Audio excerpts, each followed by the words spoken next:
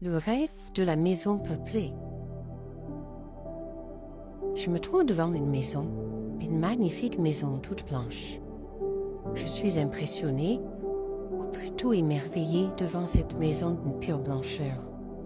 Je vois un groupe de femmes qui accourent vers moi depuis l'extérieur de la maison en me faisant signe de les rejoindre et de leur donner la peine d'entrer. Ces femmes sont belles, rayonnantes, habillées de tuniques toutes simples et d'une grande et noble classe. Toutes de blanc vêtues, je me dis qu'il y a la maîtresse de maison et ses servantes, mais aucune différence de grade ou de niveau n'a l'air de transparaître entre elles. Je sais que tout de suite je ne suis pas devant n'importe quelle maison et que je n'évolue pas dans mon monde. Des femmes qui m'appellent semblent absolument ravies de m'accueillir. Elles ne me connaissent pas, à ce qu'il me paraît, pourtant elles se mettent autant de zèle et de joie de m'accueillir, comme si j'étais je ne sais quelle star, je ne sais quel personnage hyper important. Leur joie de vivre et leur joie tout simplement partagée est si vive et si lumineuse qu'elle déborde de leur cœur, de leurs yeux et de leur visage. Je ne sais comment dire. C'est un bonheur ineffable et indicible que toute leur personne irradie. Un bonheur communicatif, plein d'innocence, et me voilà, à mon tour absolument ravie, sans véritable raison, enchantée d'être là tout simplement. Elles m'entourent chaleureusement, sans jamais cesser de sourire. J'ai l'impression qu'elles me parlent sans bouger les lèvres. En fait, c'est comme si j'entendais leurs pensées et les miennes. Elles me demandent de les suivre à l'intérieur. Je constate qu'il s'agit d'une maison absolument immense. Un palais sans limite. Je suis à l'intérieur, mais il n'y a pas de mur. Pourtant, un tout aussi immense escalier très large et très beau me fait face. Tout est blanc, de ce blanc d'une pureté indescriptible. J'allais dire éclatant, mais le terme n'est pas approprié car ce n'est pas un blanc qui éblouit. Bref, l'escalier est une fracture magnifique, comme sculptée d'une matière précieuse par un artisan divin. Et nous commençons à gravir les marches qui montent vers les étages. Quand, alors que je me tourne le dos à l'entrée de la demeure, toutes les femmes se retournent comme un seul homme. Leur visage épanoui reflète une joie immense. Elles crient à l'unisson « Abraham, Abraham !» et vont, comme si elles s'étaient dépassées en un rime de leurs pensées.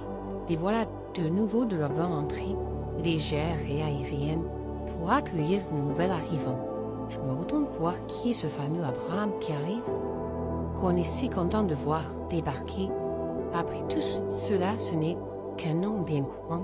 Abraham, là je vois que je n'avais pas remarqué tout d'abord. On dirait que cette maison n'a pas de porte. Je vois une immense et magnifique baie vitrée qui occupe toute la largeur à travers laquelle je découvre à présent une vue sublime, fabuleuse sur le désert, des dunes de sable à perte de vue, une vue si belle que je m'en sens tout ému. Je n'ai jamais vu, rien vu de si beau.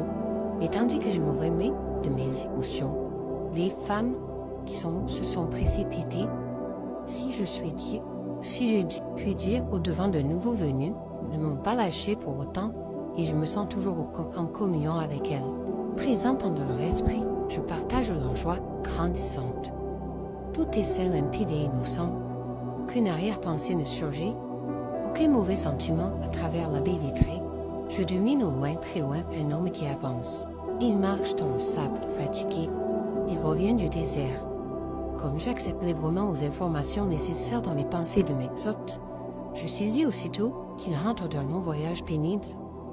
D'une main, il tient un grand bâton. Un enfant chemine à ses côtés. Il porte une cruche d'eau. C'est un vieillard à barbe blanche. Il a l'air d'un sage, vêtu de modeste épaisse tunique de laine tissée, un cordon autour de la taille, en guise de ceinture. Il porte sur la tête un voile d'un même tissu d'une grosse baille. Il est chaussé de sandales d'un autre temps. Si lui, je le remets enfin. C'est Abraham. le prophète, que la paix et la bénédiction d'Allah soient sur lui. Je me dis que celui qui emmène avec lui, c'est sûrement son fils Ismaël. Je m'en reviens pas, je suis au 7e ciel. Par la suite, j'ai vu que je ne croyais pas si bien dit, et je vois pendant ce temps Abraham qui est parvenu jusqu'à nous. Enfin, il porte sur le visage un de mes neveux que je connais formellement. C'est l'enfant d'Abraham sauvé du sacrifice, et en même temps, c'est mon neveu. Pourquoi me ramène-t-on mon neveu du désert, et pas le temps de me poser la question? Le grand Abraham, paix et bénédiction soit sur lui, se dirige vers moi. Je le vois si vieux et usé, sans âge, le visage buriné, et ses longues mains quasi squelettiques. Il m'apparaît terriblement fatigué. Je ressens spontanément pour lui une extrême compassion. Pourtant, il se dégage de sa personne une grande force rassurante. Sans un mot, le prophète me tend sa cruche d'eau. Je la prends, étonnée et reconnaissante. Alors les femmes, comme d'un seul cœur, s'exclament « L'eau d'Abraham, l'eau d'Abraham !» Je sens qu'elles veulent me persuader que c'est un signe d'honneur et de sentiment que je ne réalise pas que quel beau cadeau on me fait là. Cependant, elles se réjouissent sincèrement pour moi et partagent en même temps ma joie. Il est allé se reposer, s'est allongé. Je suis surpris de constater que sa couche est une espèce de table. J'ai immédiatement songé à une table d'examen, comme on voit chez les médecins. Comme je vois Abraham, que Dieu l'a créé, si vieux et si épuisé, un peu par compassion et un peu le désir de lui manifester ma reconnaissance. Je lève la main vers lui. Je voulais toucher son épaule chaleureusement, si je voulais le soulager de sa fatigue, au moment où ma main rencontre le tissu, et il disparaît.